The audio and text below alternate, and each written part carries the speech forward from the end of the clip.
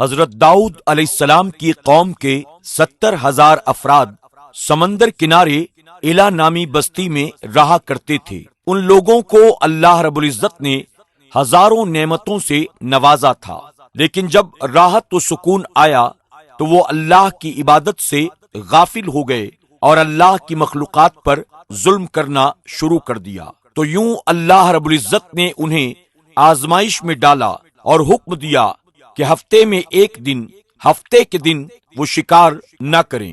اتوار سے لے کر جمعہ تک جتنا شکار کر سکتے ہو کرو، لیکن ایک دن اللہ کی عبادت اور مخلوقات پر امن کے لیے رکھ دو۔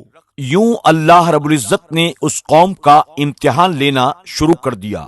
وہ اتوار سے لے کر جمعہ تک سمندر میں مچھلیاں پکڑنے لگتے تو مچھلیاں زیادہ مقدار میں ہاتھ نہ آتی، اور ہفتے کے دن سمندر کی طرف دیکھتے تو ان کو بڑی بڑی مچھلیاں نظر آنے لگتی تھیں۔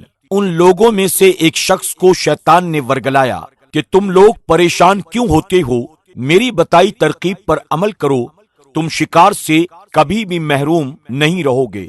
تو بس شیطان کے کہنے پر اس شخص نے ہفتے کے دن کانٹا لگا کر ڈوری کو سمندر میں ڈال دیا تاکہ مچھلیاں پھنس جائیں، اور شیطان نے کہا اس مچھلی کو تم اتوار کے دن نکالنا، تو یوں ہفتے کے دن کی حرمت بھی باقی رہے گی اور تمہارا شکار بھی ہو جائے گا۔ بس شیطان کی بتائی ہوئی ترکیب سے ہفتے کے دن مچھلی پھنسی رہی اور وہ اتوار کے دن نکالتا اور خوشی سے کہتا۔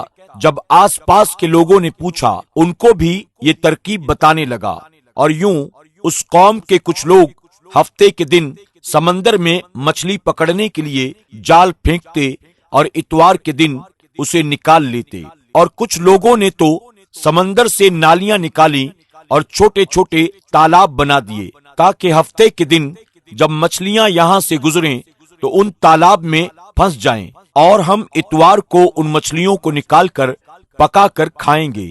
اس گاؤں میں اللہ کے کچھ خاص بندے بھی موجود تھے جو کہنے لگے، اے لوگوں، اللہ نے ہفتے کے دن شکار کرنے سے منع فرمایا ہے۔ یہ جو تم جال پھینکتے ہو یا چھوٹے چھوٹے تالاب بناتے ہو، ان میں ہفتے کے دن مچھلیاں اگر پھنستی ہیں تو یہ شکار ہفتے کے دن ہی میں شمار ہوگا۔ اللہ کے عذاب سے ڈرو، اللہ کی نافرمانی نہ کرو۔ وہ لوگ ان لوگوں کا مذاق اڑانے لگے کہ ہماری جو مرضی ہوگی ہم وہ کریں گے۔ اب اس بستی میں 3 الگ الگ گروہ بن چکے تھے۔ 70,000 لوگوں میں کچھ وہ لوگ تھے جو ان لوگوں کی اصلاح کرتے تھے، دوسرے وہ جو ان نافرمان لوگوں سے نفرت کرتے اور خاموشی اختیار کیے ہوئے تھے، اور تیسرے وہ لوگ جو گمراہ ہو کر اللہ کی نافرمانی کر رہے تھے۔ تو یوں نیک لوگوں نے اس بستی کے بیچ میں سے دیوار کو کھڑا کر دیا اور یہ حکم نافذ کر دیا کہ اللہ کی نافرمانی کرنے والے اس طرف ہو جائیں اور ہم جو اللہ کے فرمانبردار ہیں وہ اس طرف رہیں گے۔ وہ صالح لوگ بار بار ان نافرمانوں سے کہتے رہے، اے لوگوں، اللہ سے ڈرو۔